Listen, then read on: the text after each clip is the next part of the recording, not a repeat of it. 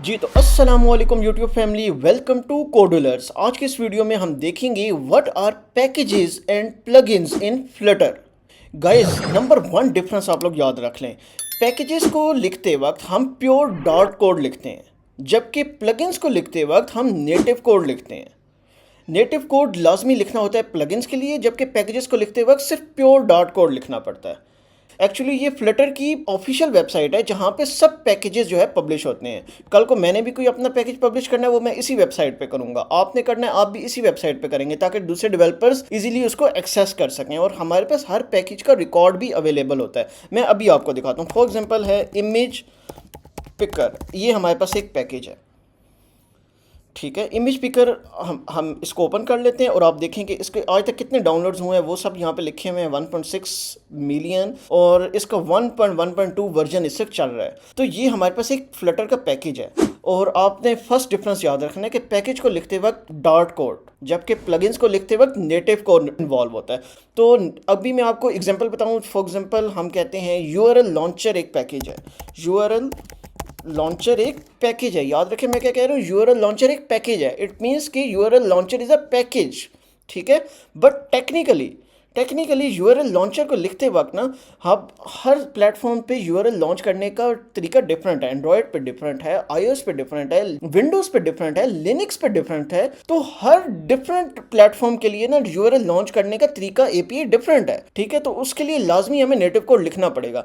तो technically URL launcher is also a plugin, क्योंकि इसके लिए हमने बैक पे नेटिव कोड लिखा होगा। जिस भी डेवलपर ने इसको बनाया है, टीम ने बनाया है, उस बैक पे उसको नेटिव कोड लिखा होगा हर एक नेटिव प्लेटफॉर्म के लिए। फिर उसमें यूजर्स को प्रोवाइड करने के लिए ऊपर उसने डॉट कोड लिख दिया। अब आप देखेंगे यूआरएल लॉन्चर ऐसा पैकेज है जिसको बनाते वक्त बैक पे नेटिव कोड भी लिखा गया। एंड्रॉयड के लिए अलग कोड, आईओएस के लिए अलग, इसी तरह विंडोज़ के लिए अलग, लिनक्स के लिए अलग, और लेकिन यूजर्स को देने के लिए डॉट का ही कोड लिखा हुआ है जो इधर यहाँ पे पब्लिश है। एग्जांपल में हम जाएं तो यूआरएल लॉन्चर के लिए ये हमारे पास सिंपल कैन लॉन्च यूआरएल एक मेथड है, उसमें हम यूआरएल पास कर देते हैं, यूआरएल लॉन्च हो जाता है। हर सब प्लेटफॉर्म में लॉन्च हो जाता है।